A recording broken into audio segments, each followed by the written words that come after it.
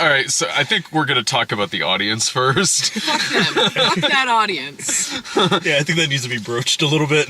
Now, this is only playing on like one screen in town, And I don't know why. I kind of don't. Like, quality of the movie aside, it's a mainstream horror release. I mean, Yeah, typically it's no different than the fact that like the Sinister movies have been on every screen in town. Like it's no fucking different. Like we saw The Forest over it. Yeah. 12 and last The Apparition when that came out. Which this is playing over at the theater that we usually see like the religious movies at and like the indie flicks. So it's on one screen. It's we saw it at a 7:50 p.m. screening on a Friday night. It's Friday the 13th. So because there's not a lot of screens to spread this out at, this theater was packed like it's a Marvel movie, just as packed as when we saw like Rogue One.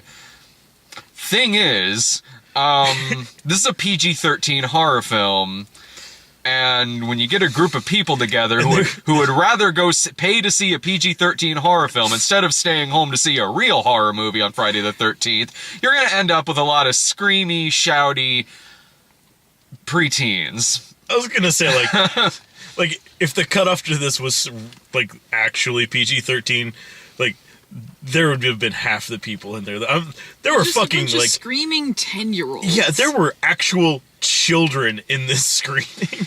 Which, I mean, I'm not going to come... Like, in a way, like, I've seen plenty of movies that I shouldn't have seen before I was old enough to be in the theater. Like, I think, like, when we went to see, like, Crank 2, there was a guy there with, like, a fucking, like, 6-year-old. There was a kid in the theater when I went to go see History of Violence. Like, better choice to bring the family to than Bye Bye Man, by the way. Yeah, I mean, I can't sit here and, like, harp on, like, too heavily and be a fucking hypocrite about it, but at the same time, it's like... Fuck me. I got asked, like, after we saw Sing, because we brought up that audience, because we're sitting in front of a kid who kept kicking our seat at Sing. And so I was getting asked quite a bit about what's the worst audience that I've ever seen a movie with. And at the time, I was like, I don't know, the Sing audience was kind of annoying, but it was really just the kid sitting behind me. And I was like, I don't know. That you were flying coach for that one, apparently. Yeah. First class was in a different movie. So I think I can now safely answer that this is easily the worst audience I've ever seen a movie. Never before have I had such little faith in the intelligence of our future, and this is after 2016, than sitting here and seeing this movie in which the movie first starts. Not only did the entire theater just keep talking like it's like Maria Menounos is still at the beginning of the trailers. And now for a first look at some other bullshit TNT show that I'm just not gonna watch. So they just kept talking, and not only that, this is the kind of... The people in this audience would jump at their own shadow more than the dumbest dog. I am surprised that they are alive. Like, their hearts must just be a fucking ticking time bomb. Dude. They were screaming so loudly, I was covering my ears. Like, it was hurting my ears. It was that bad. Yeah. They had to call... the police, by the way.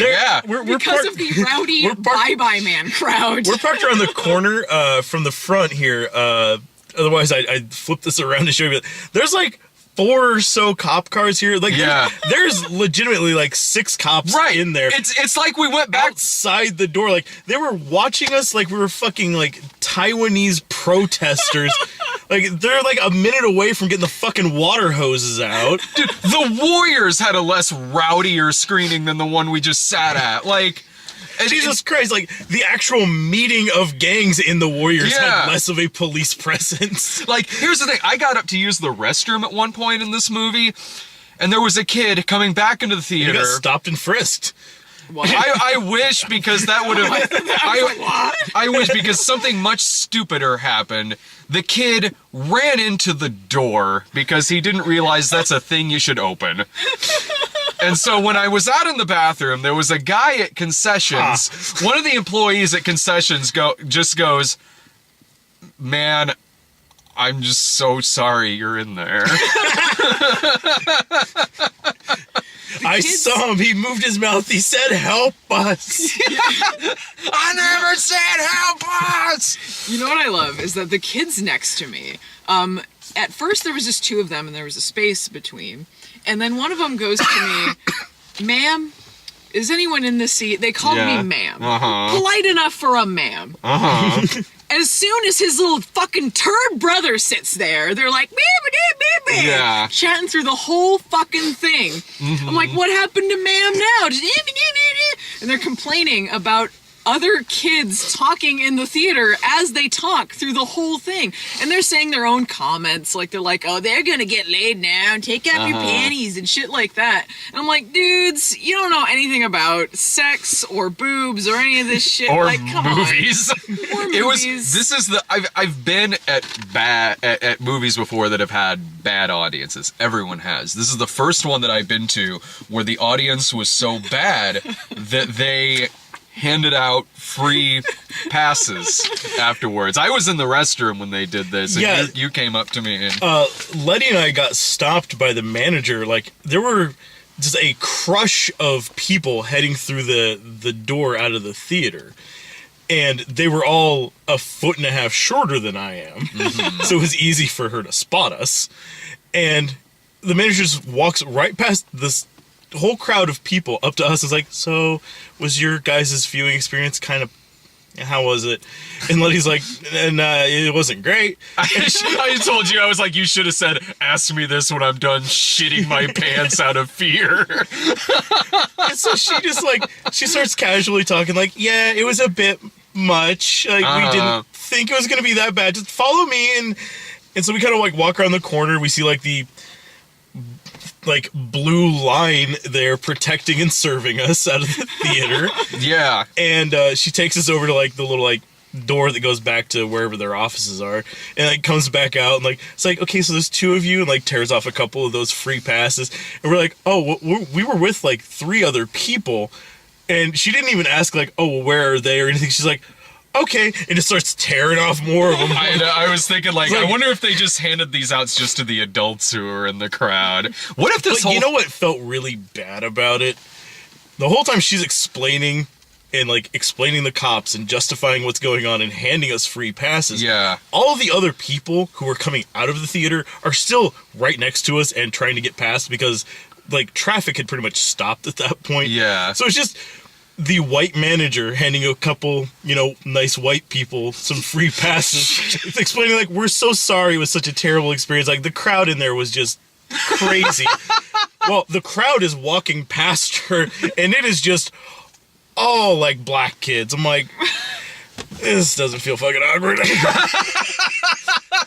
What if this whole thing was like a con job? It's like a rowdy audience to bring all the cops here, and a bunch of like stuff gets robbed because there's no cops around. They're all at the Bye Bye Man theater. Oh shit! That's genius. We were the distraction. Yeah, it's the plot of Now You See Me 3. They've run out of ideas.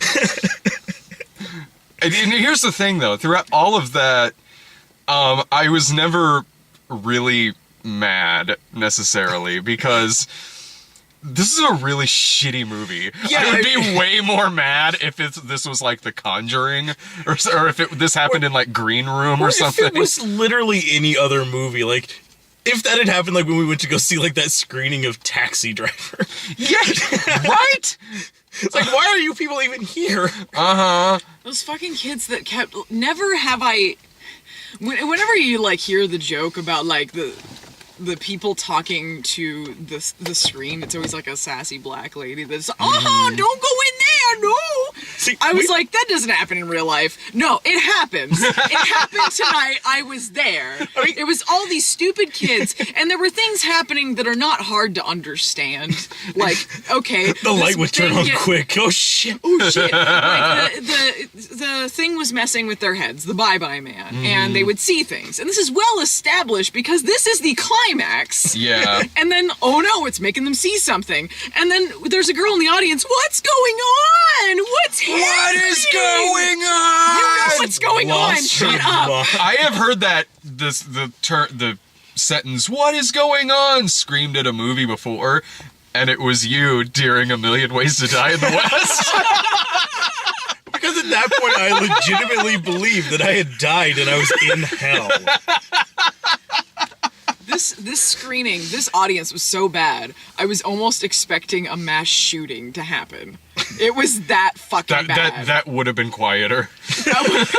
No one would have noticed. Yeah. Everyone, every single one, had to put their damn flashlights on to leave the theater, as if all the million ones around them weren't, like, lighting up the place. And they had to shine it in my damn face as I'm trying to leave. Well, and it's so hard to navigate a straight line to the aisle and then a straight line to the door marked exit. Well, I mean, it's so hard. Go figure this audience is at a movie in which one scene, the movie dyes its blood black to keep it a PG-13, because God forbid a horror film have blood in it. When did it dye it black? When the guy shot the woman with a shotgun in the flashback that was in the middle of the movie, she goes up against the wall. There's barely any blood there to begin with, but there's just a streak of black oil on the wall that's left behind her. I didn't see it on the wall. I was wondering where the blood was. I was like, this is the most bloodless shotgun shooting I've ever seen. I don't think that was blood. It was a big crack in the wall. It was like broken there was a plaster. crack in the wall. No, it was smeared, because like there was like at least like a little like smear print, like maybe a crack, but there was like a bit of a smear print in front of it. But yeah, either way, that, like the victims all had no blood, no wounds. There was just the plaster. I was like, she was a scarecrow. This, from what I understand, this movie was shot as an R, but it was cut down to a PG-13 because, God forbid, these kids have something else to do tonight. I mean, they wanted to make sure they could pull as many people as possible. I think you can tell when watching it. When you call it the Bye Bye Man, it has to be the most immature audience in the world, right? Because who is that going to appeal to? You can tell when watching it, because there's a lot of violent shit that happens in the movie, but it cuts away from it every single time. Yeah. Awkwardly cuts away from it. And you decided to come along too, because up until 2 days ago, you didn't know this was a real movie. I thought it was just a meme. When people had like the posters and they changed it to like the Poo Poo Pee Pee Man and stuff, which, by the way, was all I was thinking about through the whole thing. They're like, don't say it, don't say it. I'm just thinking Pee Pee Poo Poo Man. God. Which makes it more entertaining than the movie itself, which is just dog shit. These kids screamed and shit their pants at a movie called The Bye Bye Man. It's like shitting your pants during oversexed rug suckers from Mars. Like Jesus. It's got it's got all of the jump scares and all of the typical like PG-13 bullshit like that's you see in all these movies nowadays. But like, but at the end even of the day, if you take that away, just like it felt like a Final Destination movie. Yeah, like it was no different than what you'd see in that. Even if you take that stuff away and you just look at the monster itself, it blows. Oh, that wasn't a monster. That was the lead character from Beastly. Yeah, it just looked like some dude and his American Werewolf in Paris rejects dog walking around. What was that shit? It looked like the same quality CGI you would see in the 90s when that movie came out. Yeah, that scene there towards the end, like the climax when they were upstairs, when like it just comes out and just like walks around the room and then leaves. It's like don't linger on it and show it in good lighting. Like, well, you know, this is the worst it could possibly look. When they did stuff in the beginning, when they say the name and you just see him like in the shadows in the background and stuff, it's like, all right, it's not a jump scare. That could be something creepy. Yeah, they had but then couple in the good middle, times with that. Yeah, well, except for the audience, like, oh shit! But in the middle of I'm gonna go to church on Sunday. I'm still going to church and I'll say, Lord Jesus, help me, Lord. Like that was shit being said. and during the middle of the movie, like the beginning part of the movie, they don't show him. It's just in the background. It's like a hood, and you see him kind of in the background. And then in the middle of it, they go back to these 60s flashbacks where the guy, the reporter or whatever he was he was sweater vest guy. Yeah, sweater vest guy is killing his family and all the people that heard the name. And then they just show the Bye Bye Man. The first time you see him, it's just in a brightly lit room. Yeah, he's standing he just looks in the over. middle of somebody's living room in 1969 in broad daylight, just standing there like, This It's movie. like, maybe you shouldn't have shown so much of the Bye Bye Man. Maybe Bye Bye Man needed to go bye bye a little bit. This movie, like, it didn't. Here's what it was reminding me of. Like, less. It was reminding me less Final Destination, even though I totally see that, but more. The Bye Bye Man has the same powers as Book of Shadows, Blair Witch 2. Like, this is kind of take away My like character was just a reject from Book of Shadows. Well, meaning like, I mean, take away like the meta stuff and the fact that like a sequel and all of that. Take that away from it. This is kind of the same movie. It's about like this ghostly creature that's altering these people's reality, that's making them turn on each other and see things that are going to make them injure each other or murder or like accuse the other people. Tries to incriminate them for murder with the police. Yeah, that happens in this movie. Honestly, I think this movie, if I can have a compliment towards this, I thought it was better than Blair Witch 2, which is maybe why it's a ripoff of that, so you can at least say that nice thing about it. Should have just framed it around him being interviewed by Carrie Ann Moss, who's in this movie fucking for some reason. She's in this movie, so like I could married to a producer or something on this. Like what? Like, so how I did could that say happen? she was the best part of the movie because it's Carrie Ann Moss. Like when she showed up in the movie, which is maybe an hour into it, I was like, you know, if you completely rewrote this and didn't have it follow around a bunch of dumb college students, but instead is following around cop Carrie Ann Moss investigating this, that would have been a better film. Yeah, a slightly different viewpoint, and this would have been kind of cool. Uh-huh. But I mean, yeah, she was still the best part of it. Like she brought her A game to it. She did. I love Carrie Ann Moss. So the 2-3 scenes she was in, I like. Even with the haircut and the wardrobe, you could easily just assume like, oh, she's just playing her same character from like Jessica Jones. Yeah. Can I ask something? What was supposed to happen if the Bye Bye Man catches them? Because apparently he just taps you on the forehead. Yeah, because like the whole time they're like, okay, to beat him, you have to kill everyone that heard the name and then kill yourself. It's like, okay, but what happens That if you seems don't? like he still wins. Yeah, because he's still trying to get you to kill other people and yourself. So aren't you just doing exactly that? If you don't, he sequel baits. That's what he does. Because it's The worst thing. Because it seems to like their goal is to like, we got to completely erase him from existence.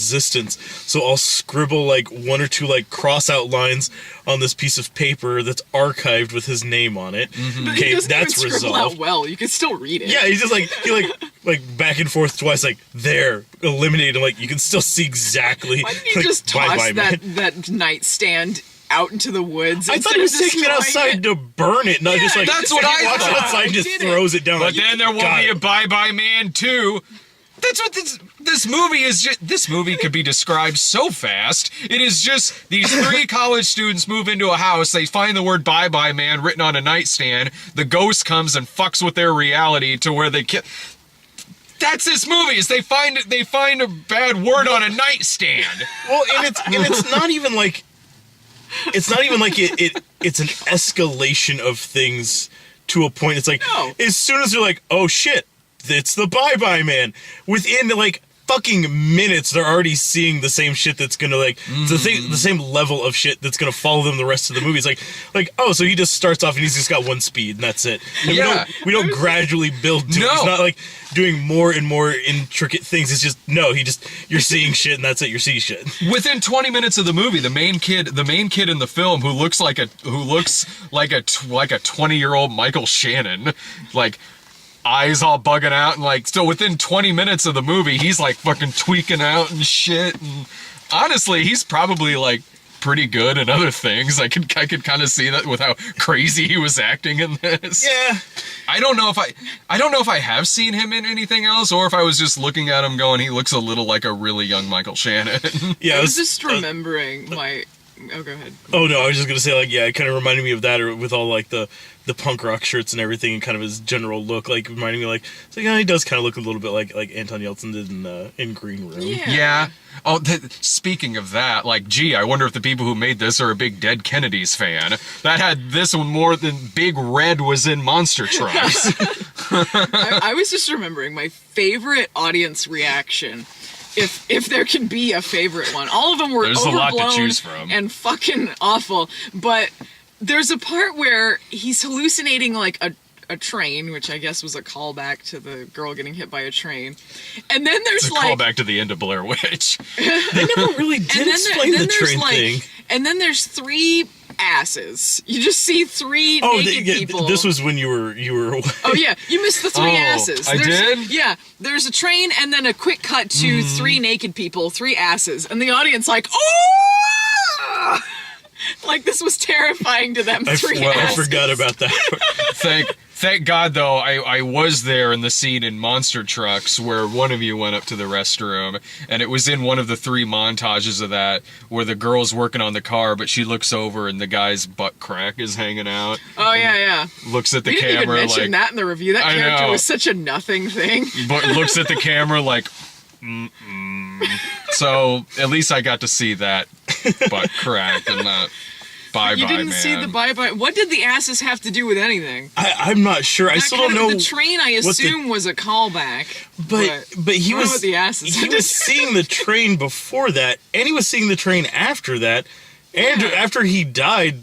Apparently, the train was going through the inside of the house. Yeah, what did the train like, have to... Because they said there were lights in trains And and the shit. same with like those coins. It never explained why They were never explain any of the lore like, of the Bye-Bye coins. Man. They also don't explain why. Because in his previous life, he was a boondock saint.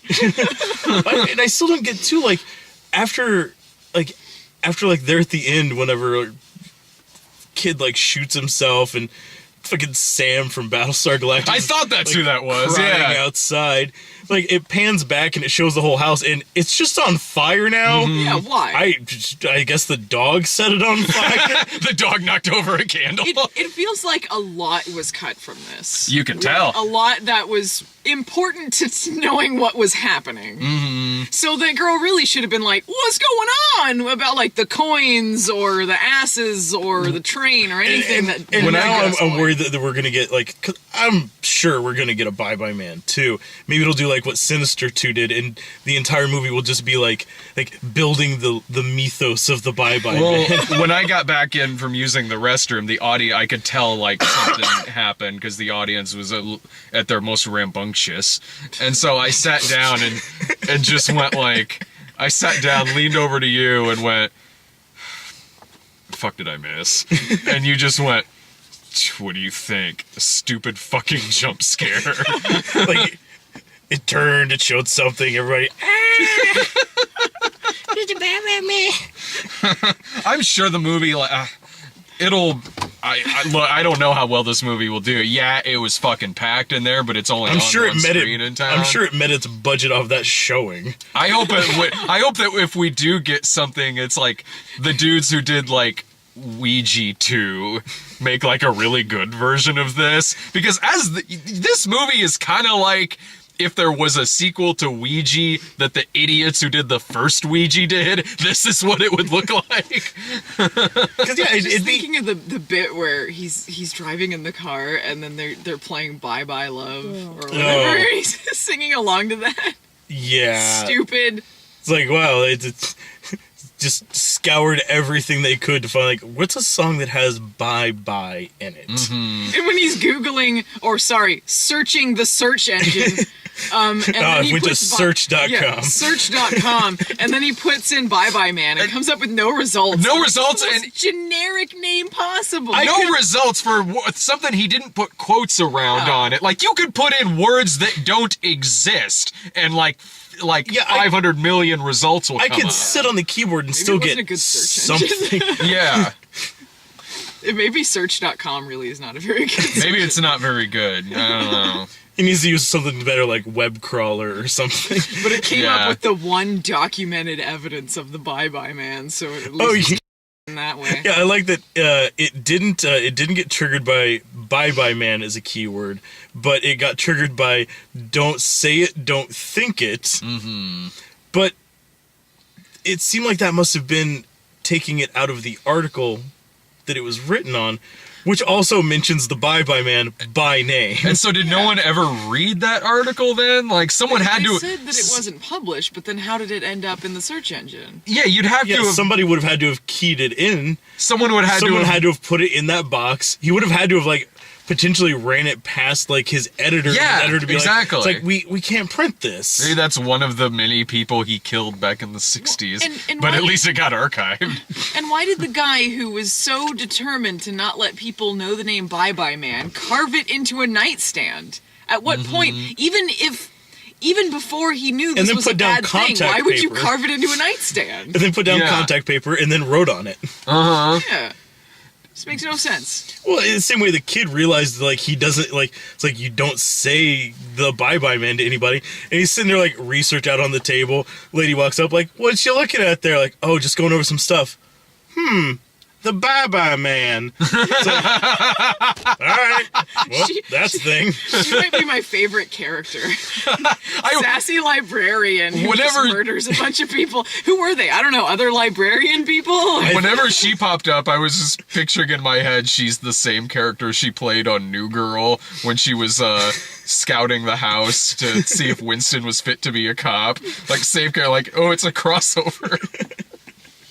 That's why it wasn't really crystal meth in Jess's nightstand. The Bye Bye Man made them think it was. I am not familiar with this actress, but I could super tell she was a comedian doing a serious role. Anytime I've ever seen her in anything, it's a sitcom. It just made me think like like, oh man, this is gonna be like her breakout role, like the sassy black cop in the Urban Legends movies. Yes. Ah, that was amazing. Oh, yeah. The fact that she's only there to save the day and quote the movie Coffee. You don't push him, motherfucker. See, if this character had been half as good as that character, it would have made this movie so much better. This character made me think the first person they asked was maybe Retta. She said, hell no. I would be like, what? She was in the road chip. Man, this movie is exactly what I fucking thought it would be.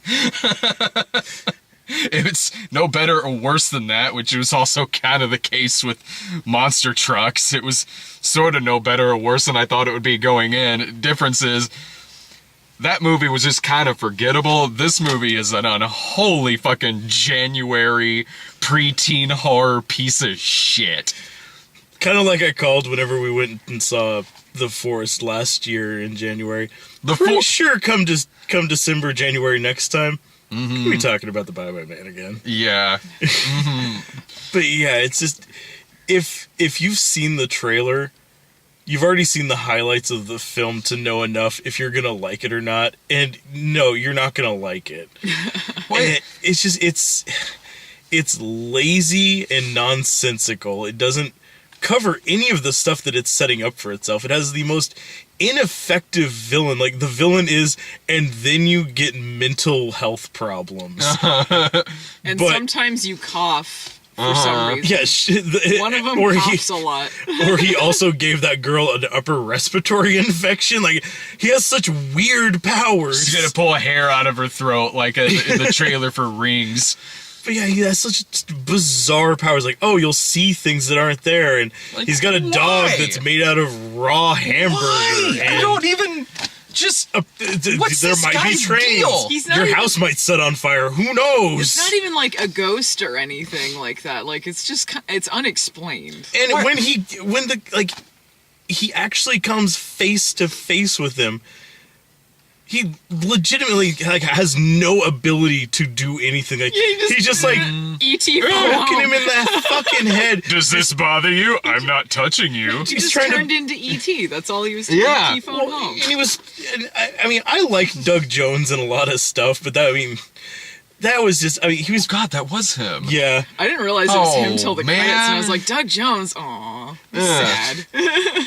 I didn't realize till the credits this is based on a book. What? Or at least like it said based on oh yeah. something. It said like based on the book or based on the story, the Bridge to Body Island. Maybe it makes Slightly more sense better in title? the story, but it did not make sense here. It's a confusing as fuck title that no one would have came to, but how is The Bye Bye Man the better option? Yeah. Like, we've got two we could go with. Which do you want to go with? Like, Well, what's going to appeal to dumb preteens The more? Bye Bye The Man Bye-Bye will. I wonder if it's those memes, which are funny, like Pee Pee Poo Poo Man, is what churned this audience out to go see this fucking movie. Maybe they were laughing at it a lot. But they they were were also screaming, but they were laughing. they were also genuinely shitting their pants at every jump scare in this fucking. Why is it that horror, by and large, it's the worst of it that gets released nationally? Meanwhile, a lot of the best ones I see, I mean, there's a lot that I do see in the theater, but a lot of the best ones I see are the ones you have to seek out on your own. oh yeah, like it might do a limited engagement in like some cities, or like they'll do like a one night thing somewhere. But yeah, usually it's like, I guess I'll just wait like 6 more months till I can find this somewhere. Uh-huh. Look, of course this movie's bad. It is a January PG-13 wide release horror film. It sucks. It sucks so much ass. It's called The fucking Bye Bye Man. Exactly. What did anyone think it was gonna be? It's made for scathing reviews that do puns on bye-bye. Yeah. That's all it's good for. The only way that I would possibly say to see this fucking thing is if it's one of those nights where me and you are hanging out and we're looking for the worst shit to watch on Netflix. Like the same night we come across Ouija Experiment. Yeah, well, but that's my thing, is that Ouija Experiment, terrible. We have talked about it a lot. We've done so much free press for these people. We should get a starring role in the next one, but it's god awful. But you know what? It went, like, I don't know that it went anywhere except for like their table at a convention and then Netflix. Uh-huh. That's where this one should have gone. Yeah. Like, there should have been a guy dressed like the fucking Bye Bye Man walking around handing out fucking buttons, and like somebody like with like the animatronic dog head, like, that's cool, walking around behind him. And then you go to like conference room C at 5 o'clock and they do a showing of it, and then you never hear about it again until like one day you're in a fucking family video that hasn't closed and you see it on the shelf and you're like, have I? Oh fuck, that's not, yeah. That's where this thing should have gone, not a goddamn theater. Exactly. Right? That is, yep, that's this movie. I cannot possibly put it any better. I'm not even going to attempt putting it better than that.